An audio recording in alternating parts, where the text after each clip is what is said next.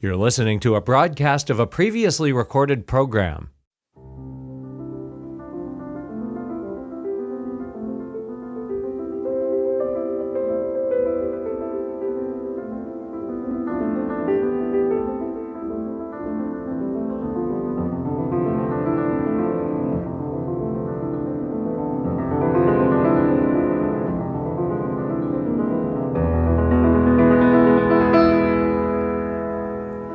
This is Where We Live from Connecticut Public Radio.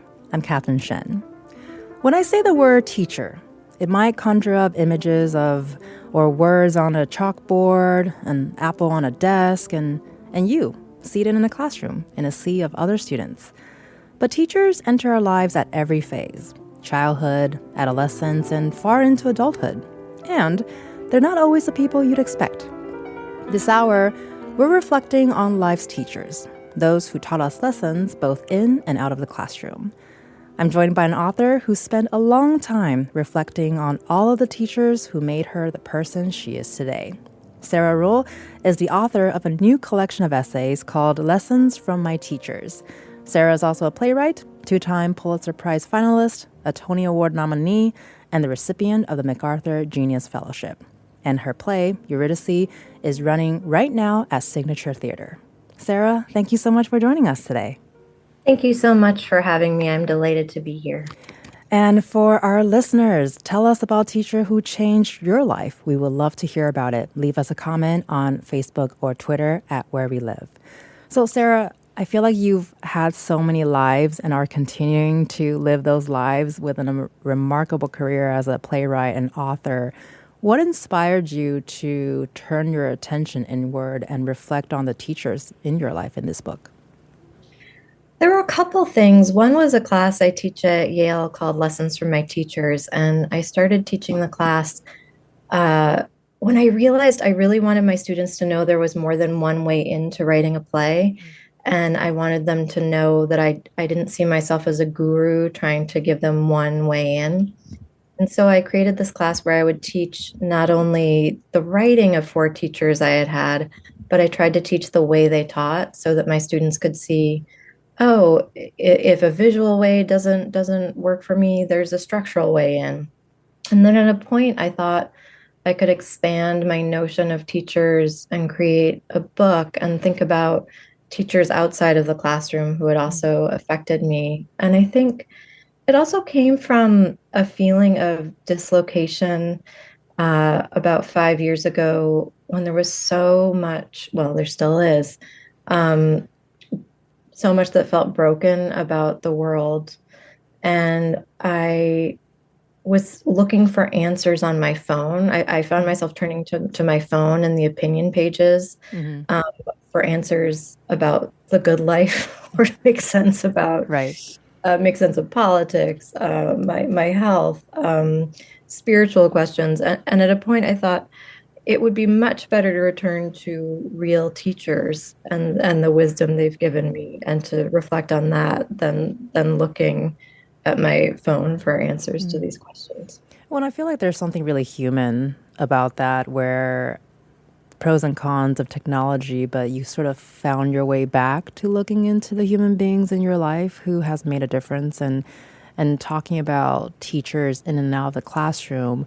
When you were sort of exploring and expanding the notion of that, how did you come to define teacher in the context of this book? There's so many different teachers I include under this broad umbrella, from my dog, who I think has excellent lessons for humanity, to, a preschool teacher, to an art teacher I had who gave a terrible assignment in my view, to my husband, to my kids, to my mother. So I think one definition I was using, or one reason I had to include teachers, was if I had a story that I could tell. I got really obsessed with the idea of the particular of teaching and the relation, and teaching as an exchange, where there was implicit and explicit modeling going on. So in other words, not just a teacher who I'm like, oh my God, that teacher taught me the Odyssey so well, say like that there was a piece of content, Mm-hmm. but rather looking at the particularity of the relationship and maybe a moment where I was being offered some kind of wisdom that wasn't necessarily even in the content of what I was supposed to be learning.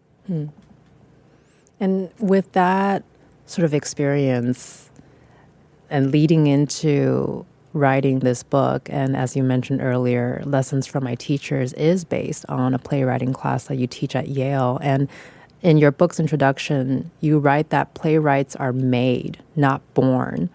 Why is it important for your students to internalize that? And how did you kind of get there to that thought? Well, I think there's so much in the American psyche that teaches artists that they're originals or they're not, and they're sort of legends Mm-hmm. or they're not. And there's much less focus on practice, learning, lineage. And to me, that's really important because it's a total lie. I think that we are we just arrive like a comet. There's so many ways we're sculpted, and so many forces that are brought to bear that allow us to be artists. And so I wanted my teachers lessons in my head while I was teaching my students and reminding them that they didn't have to just appear fully formed. And when you personally got to that thought, was it sort of a gradual experience, or did you have a moment of, oh my God, that's what it is. It's not I'm a legend or not. You build that process. That's such an interesting question. I don't know if it was one epiphany, but certainly it came to me over the years that I was teaching. And I think most teachers feel like frauds when they start teaching, and I had the voice of Paula Vogel in my head. She was really a hugely impactful teacher for me and still is, and a dear, dear friend. And I remember the night before I subbed for her class at Yale, which is how I started teaching there. I had a dream that I couldn't speak, that Paula was speaking and I couldn't speak. And I think there was an insecurity that I didn't have my own lessons to give, that I was really just transmitting what Paula had taught me. And I think it took me years to kind of piece together what it is I could give my students, and that, in fact, it did involve lessons that other people had given me. Well, and then talking about sort of role models or reminding ourselves that our teachers are also human beings and they were students once. I want to talk about one of the teachers who had a profound impact on your playwriting career, Joyce Piven. First of all, who was Joyce to you and how did she come into your life? So Joyce was an amazing acting teacher and a director in Chicago, and she ran a school with her husband Vern called the Piven Theater Workshop. And I took classes there as young as fourth grade. My mom put me in because I was shy, and I think she thought it would help me. Uh, there were a lot of games and story theater, and it taught you to sort of improvise and be in a group.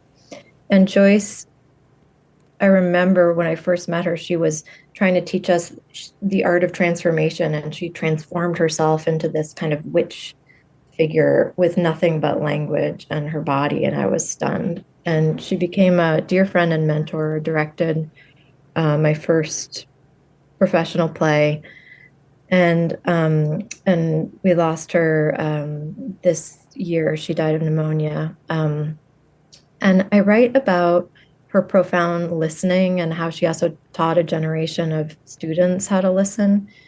And she really had a gift for listening to sort of the spaces between the words and modeling how listening should not be a performance for actors. You shouldn't be on stage going, I'm listening, you should be listening, and that there's nothing more beautiful to watch on stage and often in life than someone who's really, really listening and not just anticipating what they're going to say next or rehearsing what they're going to say next or or judging the speaker, but really taking in what they're saying. Well, and actually, as I'm listening to you talk about the art of listening, I feel like that's very much in relations to journalism as well. You know, we're here mostly, I think, to listen to what our guests have to say, and then to convey that to our listeners. And I know the art of listening is a reoccurring theme in your book. Can you talk about why this particular lesson really stuck with you, both on stage and in life? I think you're right. It applies to it applies universally. I mean, Mm-hmm. journalists are gifted at the art of listening. My husband's a psychiatrist. He listens to people all day. There you go. Yeah, good teachers listen, good directors listen, good parents listen. Um, and I think we're not in a culture of deep listening right now. We're in a culture of looking and Mm. react. That's social media. You look, you click, you react. Listening is a different art, and you have to allow silence. And when Joyce was in the hospital with pneumonia, her daughter, Shira Piven, who's a wonderful director, was so good at having her students sort of call and say goodbye. And Joyce couldn't speak, but I knew she was listening, and I Mm. could really feel that. And so I read her this poem. Well, not a poem exactly, but a soliloquy from The Tempest about sort of the art of transformation. It's that section that's these were coral that were his eyes, and it starts 5 fathom deep my father lies. And I could feel Joyce listening. I trusted that she was listening, and it gave me a lot of peace saying goodbye to her. Well, and I think with this, the art of listening and the active listening, it kind of goes both ways because I think we all want to be heard, want to be seen, and want to be listened. And in your own work, have you found that being a good listener translates to being a good teacher? You know, did Joyce help you become a good teacher? Absolutely. And, Paula Vogel also has an incredible penetrating gaze and ability to listen and to understand what's not being said. Um, for example, when I met Paula, my father had just died. I was 20 and I was having trouble writing. And I remember her looking at me intensely and saying, I think you need to not look at the grief so directly in order to write. Mm. And she would give me exercises to kind of not approach things so directly. And I felt like she just had this uncanny, I mean, it's a little, Paul has a little telepathy, a little psychic stuff going on. But part of it is that she's a really good observer and listener. And part of playwriting is the art of observation. And, doctors too. Being able to observe patients and listen both to what the patient is saying, but also listen to what they're not saying and what their body is saying. I don't know. Maybe we should replace some useless class at school with a listening class. I love that you mentioned doctors because we just recently had a conversation with medical officials talking about the importance of listening and what a great sort of live example of this does really penetrate in all aspects of life, not just in art, not just in journalism, but really, if you're in a space where two people are talking, that exists, right? The listening portion. Yeah, and listening for the unexpected. I had an amazing doctor.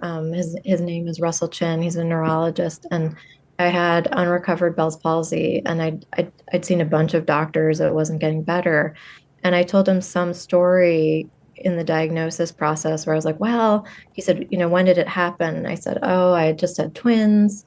The lactation consultant told me to look in the mirror, that my face was frozen."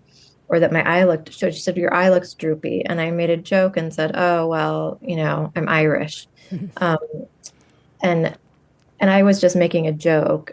And then Russell Chin said, you're Irish. And I said, yeah. And he said, let's test you for celiac disease because it clusters in the Irish population. And sure enough, I had celiac disease. So does my daughter, and he never would have diagnosed it if he hadn't been listening to what I didn't even think was an important detail in the story.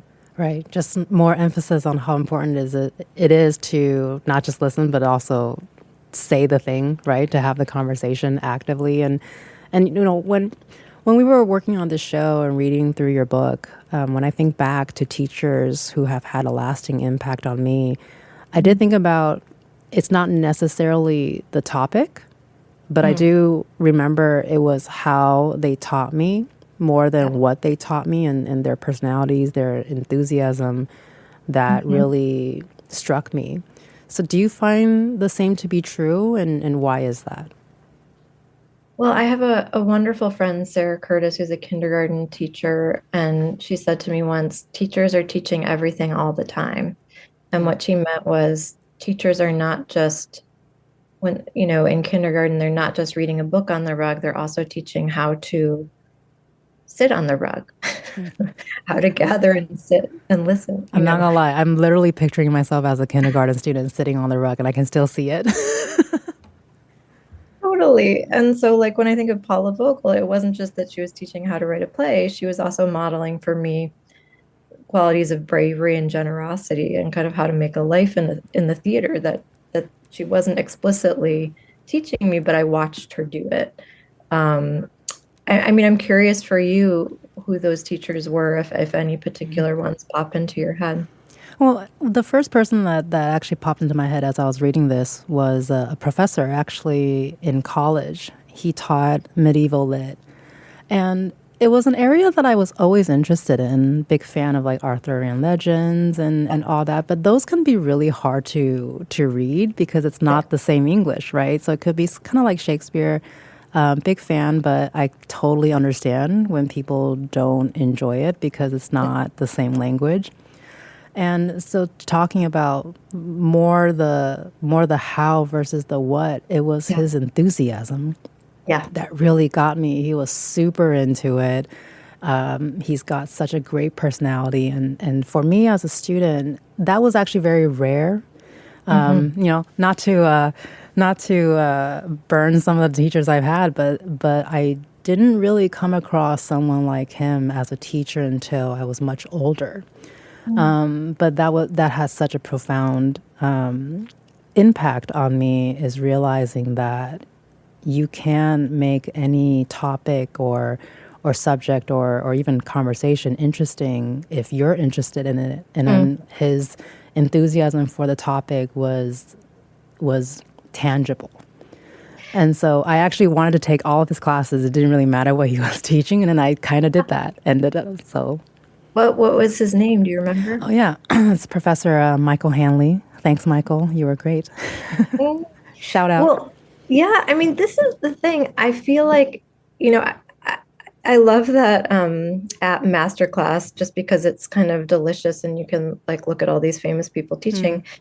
But it removes to me the thing that's almost the most primary thing about teaching, which is the tangible contagion and exchange of knowledge and the relationship. So it actually removes what's most special about teaching, and reduces it to content. Um, so it becomes a one-sided And conversation. yeah, I was looking for the word contagious. So you just said it. So thanks for that. Yeah. And so you actually divided your book into three different sections: roots, branches, and flowers, which I think is very beautiful. Can you tell us why you decided to use that particular structure? Well, I was thinking about the natural world, I guess. And during the pandemic, I started to write one haiku a day, to kind of mark time passing. And so I don't know, I can read maybe a little haiku. Each section has a haiku. So the section Roots has a little poem that goes, does the wind move the trees, or do the trees move the wind? A child might ask, or God. Um, and I guess I just was thinking about my own development and early childhood and a later kind of maturation and then a kind of flowering later. Well, and earlier you have talked about the loss of your father, and that was something you shared in the first section of your book. And it struck me that when you were in college, your dad was very interested in what you were learning and how you were developing your worldview. Do you think that's a common experience in that parent-child dynamic? Sometimes the child can become the teacher. Mm, it's so true. And I think both my parents had a deep curiosity about what I was learning. And there's always been a kind of beautiful exchange I've had with them about books and words. Um, my father used to take me out to breakfast once a week and teach me a new word, and he would try to stump me and pick a really hard word. And then he would tell me the story of the etymology of the word so I could remember the word. Um, and it was the sort of story being attached to the word that made it stick. So, like one example is defunct and peripatetic, and I guess I've been thinking about that because I have a play right now, Eurydice, at Signature Theater, and there's a scene where the father is helping Eurydice sort of relearn her life in the underworld, and he's teaching her these words. So I think parents are often our very first teachers, and we're really lucky if they're excellent, and I was really lucky in my parents. Well, and you talked about earlier too, where you met some amazing teachers who really helped you get through sort of the grieving process in such a challenging time. Can you talk about that vulnerability and that teacher-student dynamic? Can vulnerability lead to more profound learning? Hmm. I think so. And I think, I'm from Chicago. My dad was sick. He got sick October of my freshman year. And I stayed at Brown all the way in Providence, even though I was sort of desperate to come home. My father wanted things to seem and feel normal, and he didn't want to sort of ruin what he saw as my adventure. But I think it was only because of these mentors and teachers that I stayed. I think I would have found it impossible had I not found them. One teacher was this classics professor, David Constan, who I lost last year. But David would have students over to his house, and I'll never forget, he cooked an eggplant in the fireplace, and it crackled, and he made baba ganoush out of it. And this was so cosmopolitan to me. Never had I seen homemade baba ganoush, and certainly not in a fireplace. And that it wasn't just he was teaching a class, Ancient Tragedy and Its Influence, which certainly must have influenced me. But it was also being invited into his home and the warmth of that and his sense of humor.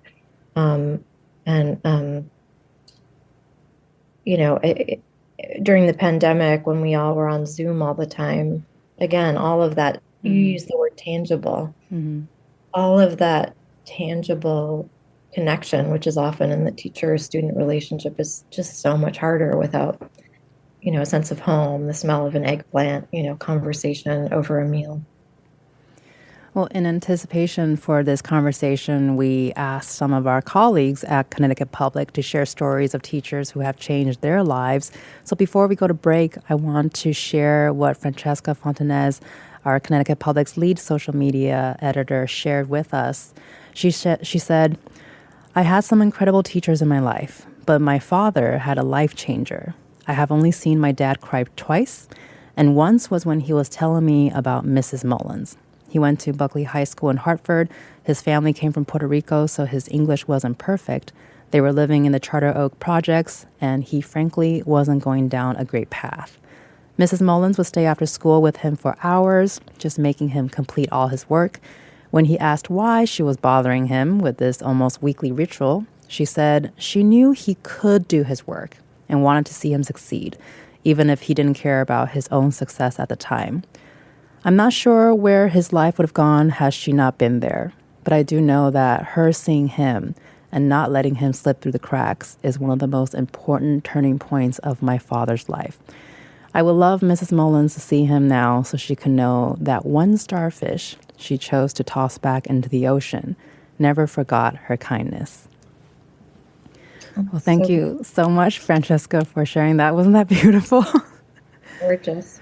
You've been listening to Sarah Ruhl, who's the author of the new book, Lessons from My Teachers. Sarah is also a playwright, two-time Pulitzer Prize finalist, a Tony Award nominee, and also the recipient of the MacArthur Genius Fellowship. More with Sarah after the break. We'll be right back.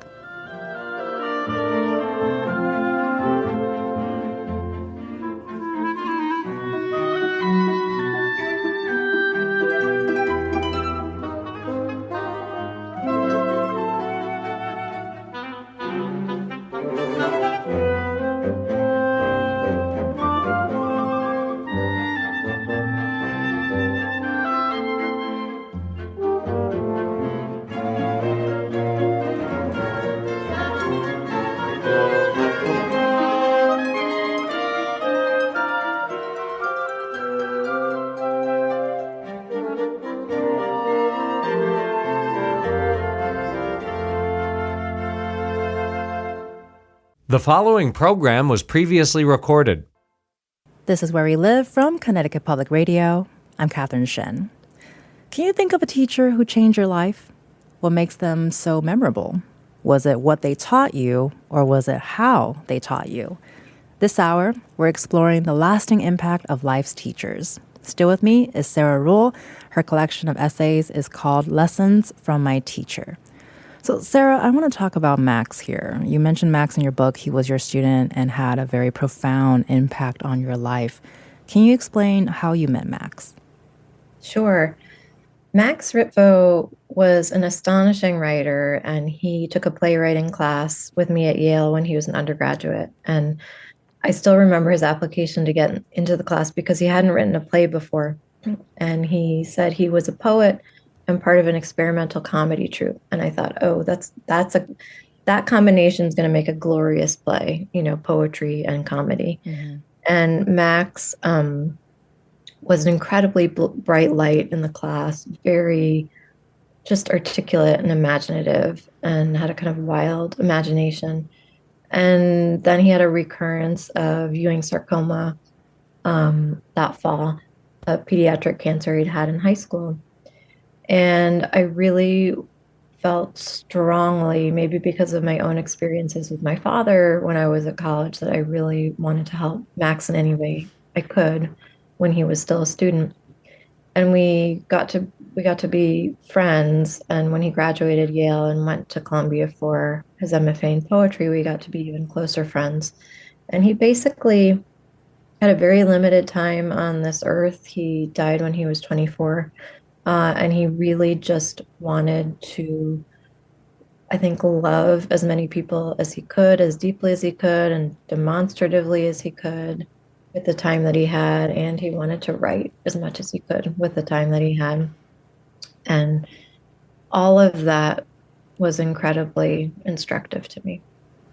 Well, and earlier too, we touched a little bit about the vulnerability between teacher and student, and you talked about how there aren't many rituals for the loss of a student or teacher, because as you mentioned, not family, not friends, and yet they are integral to our lives. Can you talk about more how, because it's so hard to define that, why that indefinability struck you after Max's death? Well, it was such a loss. It was such a loss of a dear friend and a mind that I was in such close dialogue with, and yet I wasn't family. It wasn't like I was going to go to his bedside when he was dying, and I almost felt like I had to finish this book that Max and I were writing that was a compilation of letters between us in order to mourn for him, because there weren't sort of just routine channels for mourning. I guess you could say that in general in this culture, secular culture, we're lacking those rituals. It's not just for this particular relationship that we lack them, but right. I think when you lose a partner, say, or your mom, or people tend to know, and they know what to say, and they kind of know what that grief looks like. But I find that the teacher-student relationship is an incredibly profound one, but that we're not sort of used to. Oh, you lost your teacher, that must be really hard for you, or you lost your student, that must be really hard for you. Well, and Max taught you to tell people you love them now rather than later. So why do you think it is that we don't tell the teachers and students in our lives what they mean to us in the moment? How much of this goes back to that sense of vulnerability we've been talking about? And of course, this is something that can be applied to almost anywhere in life. Yeah, I've been reflecting on that a lot because as I wrote the book, I would send each essay out to each person. And so I felt really lucky that I did that because I, lost four of the teachers in the course of writing the book, but was able to share the essays with them before they died. And so sometimes the window we think we have to thank people, we think it just extends indefinitely into the future, and it doesn't. So I think that's part of it, that we just think the future extends indefinitely. But in the particular case of teachers, sometimes I think we mythologize them. We think we often meet them as children, so they're very big in our minds, and they're not quite human beings. Like how, when you see a teacher at the grocery store, I was just going to make the same example. It's like they're not real people, and they also live in the classroom, right? yeah, they're not real. So how could we possibly write them and thank them? And so I was also astonished as I wrote the book to see how meaningful it was when teachers heard from me and how rare it was for them to be thanked. I had written to a piano teacher who was really incredible and known in the community, and she wrote to me something like, "Gosh, I never know if I have an effect." And I thought, how could she not know? And I thought, oh, because no one tells her, Were you surprised by their surprise? Yeah, in a way, I was. Um, I think a lot of people in caretaking professions don't get thanked. I think doctors don't often get thanked, teachers. I think maybe there's also a self-absorption when you're like the receiving vessel, and so you absorb the lesson, or you absorb the care, and you go forward, and you don't think about it. But this was a real lesson for me to make all that explicit, and to write and thank people, because they appreciate it more than you think. Well, and I want to ask more about sort of the process of you going back and reliving those moments and reflecting in order to put together this collection of essays. But actually, as you were talking about sort of going back to your teachers and going back to the professor I mentioned earlier, Professor Michael Hanley, who taught medieval lit and got me super interested in all of the things medieval. I reached out to him a couple of times over the course of my career, and the last time I reached out to him was actually during the pandemic lockdown, because it was funny for me to see that I think everyone and their grandma was reading Boccaccio, Decameron. Yes. And of course I would, but I was obsessed with the Decameron as a college student because that was part of the curriculum. And he made it so enjoyable to read those stories. And just for context, it was about a bunch of people during the plague, and they all lived in this one house, and they had to storytell with each other for many, many nights. And I'm, of course, everyone resonated with that at the time of the lockdown. And so when I saw that it was on the bestseller list and it was on back order, I thought, wouldn't it be hilarious if he knew about this? And I assume he did, but I don't know. So I emailed him and just sort of reconnected through that channel, and he responded really quickly and was very excited and grateful to hear from me, and the fact that I was still thinking about the crusty old professor, which were his words, and that brought me a lot of joy.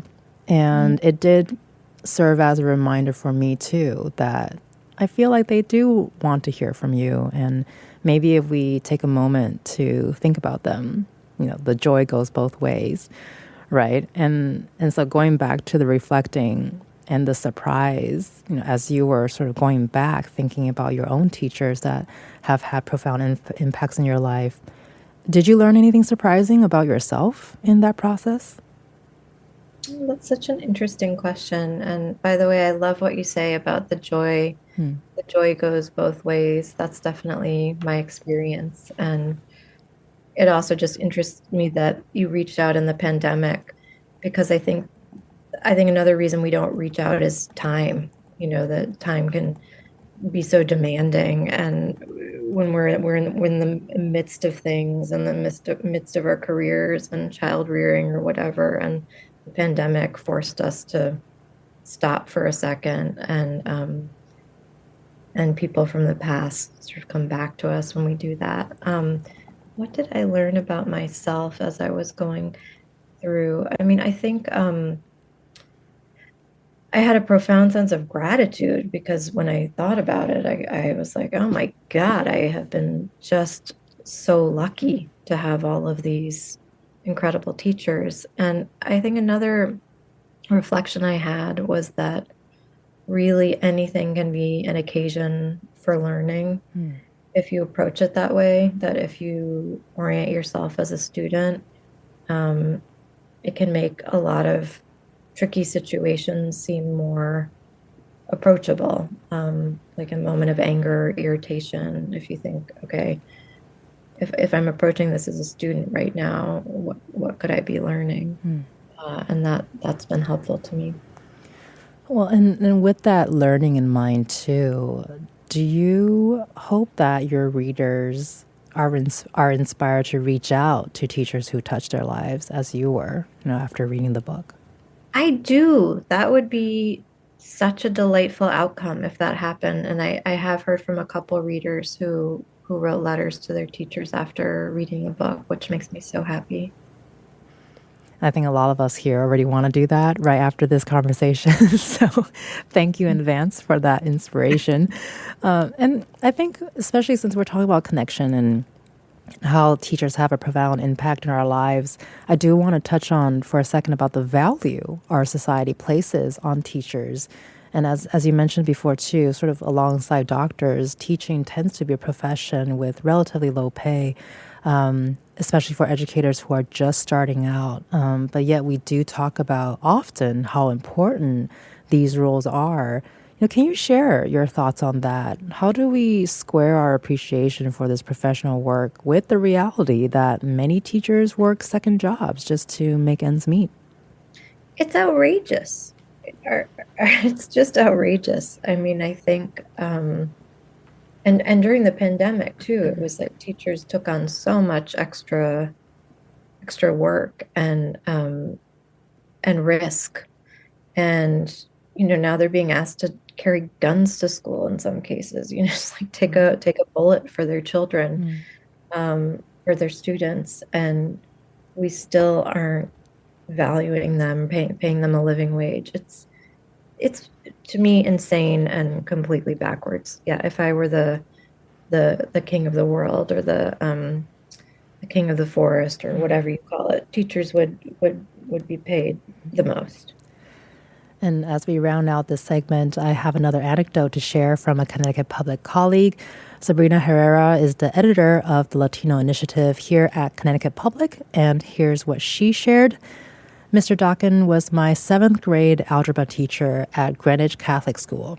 He was nearly 7 feet tall, felt like 12 feet as a middle schooler. Because of his stature, resting scowl face, and booming deep voice, he was scary. Our whole grade was terrified of him. Our algebra class was super quiet, and still on that first day of class, so much so that he noticed and asked if we were all okay. He became one of my favorite teachers. Him and his wife, Mrs. Dokken, who was the librarian, taught us lessons far beyond the classroom. They encouraged us to make choices that would make us happy and proud of who we were, not care what other people thought, and enjoy life to its fullest. Life is more than just these 4 walls, Mr. Dokken would say. My experience with him encouraged me to stay curious about people. They will surprise and delight you in the best ways. Well, thank you so much for sharing that with us, Sabrina. And of course, shout out to Mr. and Mrs. Dawkin. After the break, more on the lasting bonds between teachers and students. And listeners, we will love to hear about your favorite teacher. Leave us a comment on Facebook and Twitter at Where We Live.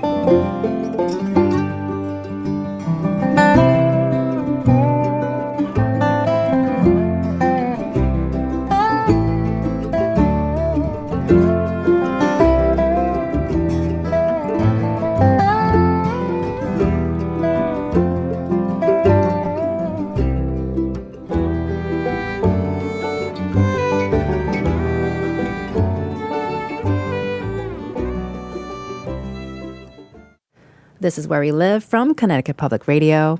I'm Catherine Shen. This hour, we're reflecting on the importance of teachers. Still with me is Sarah Ruhl. Sarah's the author of the new book, Lessons from My Teachers. Sarah's also a playwright, two-time Pulitzer Prize finalist, a Tony Award nominee, and the recipient of the MacArthur Genius Foundation Fellowship. And her play, Eurydice, is running right now at Signature Theater.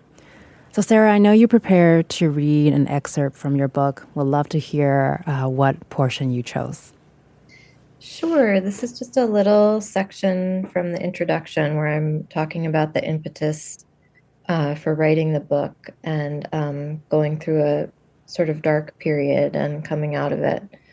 Okay. In the daylight, I wanted to return to my roots for ballast and support, to the real human lessons my teachers had already taught me. I wanted their voices in my head. That I've absorbed guidance from all kinds of real people and places seems an obvious thing to say, and yet, one irony of our digital age, in which we desperately try to learn from YouTube, is that our phones can give us facts but not story, information but not relation. And yet I believe passionately that one of the main lessons teachers can give us is their singular presence, the nimble strength of connection. The great teachers are often those whose teachings cannot be done to scale, whose lessons depend on specificity of place, time, and relation. In other words, a teaching that is truly absorbed is composed not of words only, but also of the example of the person doing the teaching. The lesson received is often a how rather than a what, because the word is passed through an embodied person, more relation than idiom, more connection than mnemonic device. The teachers who have most affected me have modeled how to be in relationship rather than simply transmitting reducible content. And so, this is a book about many of the teachers I was lucky enough to have had over the course of my life. It is, in a way, a portrait of my life told through portraits of my teachers. Sometimes I found my teachers in the classroom proper, other times in books, dreams, the natural world, the theater. I hope to continue to orient myself as a student in this world. The more I teach, the more I learn, and the more I see teachers all around me. I'm grateful for the process of writing this book because it led me back to my teachers, and I dedicate it to all of them, the living and the dead. Well, and actually building up to that dedication, if you could say one thing to all the teachers who are quietly shaping lives every day, what would it be?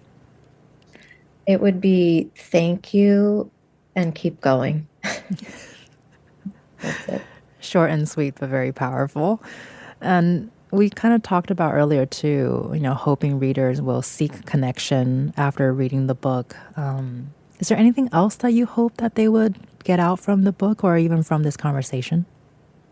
Well, one thing I noticed in some conversations with friends and family after writing the book, when I asked them about teachers who'd affected them, one thing I did learn was there were a couple friends I had or family members I had who didn't feel they'd had a teacher who they were close with. And they were reflecting that it takes a certain amount of vulnerability and bravery to sort of raise your hand as a student or someone who wants to be mentored in a more profound way. And so I guess in addition to thanking teachers, I would say raise your hand and look for a teacher. And that could mean you already are a student, but you want more teaching from a particular teacher. Or it could mean that you're 50 and looking for an art teacher, or 80 and looking for a meditation teacher.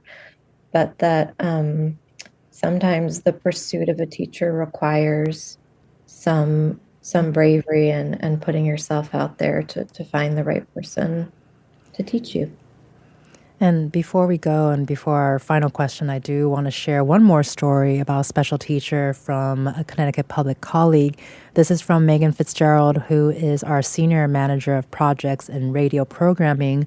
She said, Phyllis Muldoon was one of my high school English teachers. She was amazing. She was funny, and you could tell that she could see the beauty in the mundane and find it in tragedy. She always pushed me in my writing.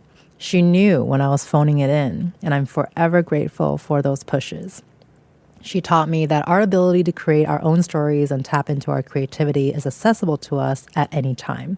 We just need to learn to sit with it and to be authentic. I once submitted a story to her. I swiped a line from the lyrics of a song which then became popular at the time. She knew it. She asked me, and I tried to pretend that I must have picked it up subconsciously. But she knew it, but she didn't shame me. I have a journal of poems she helped critique for me that to this day still has all of her sticky notes in it. I look back through them from time to time when I have trouble assessing my internal cheering squad because I know deep down Ms. Muldoon is still there, cheering me on, even if it's with some tough love. Well, thank you so much, Megan, for sharing that story with us. I think it's pretty amazing to hear that even in this small space, there are so many teachers that have had such profound impacts on us. And Sarah, before we close out the show, we'd love to get your thoughts on, any tips, or maybe not tips, but just thoughts on how can we become better teachers or better students? Well, I think the listening that we talked about earlier on is deeply important. And the showing up for your students, the showing up for your teachers, the staying connected, the staying in touch, and the reminder that the classroom does not define the teacher-student relationship. I mean, sometimes it begins there, but hopefully the bond carries on long after the classroom walls disappear. You've been listening to Sarah Ruhl, who's the author of the new book, Lessons from My Teachers. We'll link it to our show page, but I also encourage you to venture out to your local bookstore and, you'll likely run into a teacher there. Sarah, it's been great talking to you today. Thank you so much for joining us. Such a delight. Thank you for having me. I'm Catherine Shen. Today's show is produced by Chloe Wynn. It was edited by Robin Doyon-Aiken. Our technical producer is Jean Amatruda. Download Where We Live anytime on your favorite podcast app. Thank you so much for listening, and happy reading and happy active listening, everyone.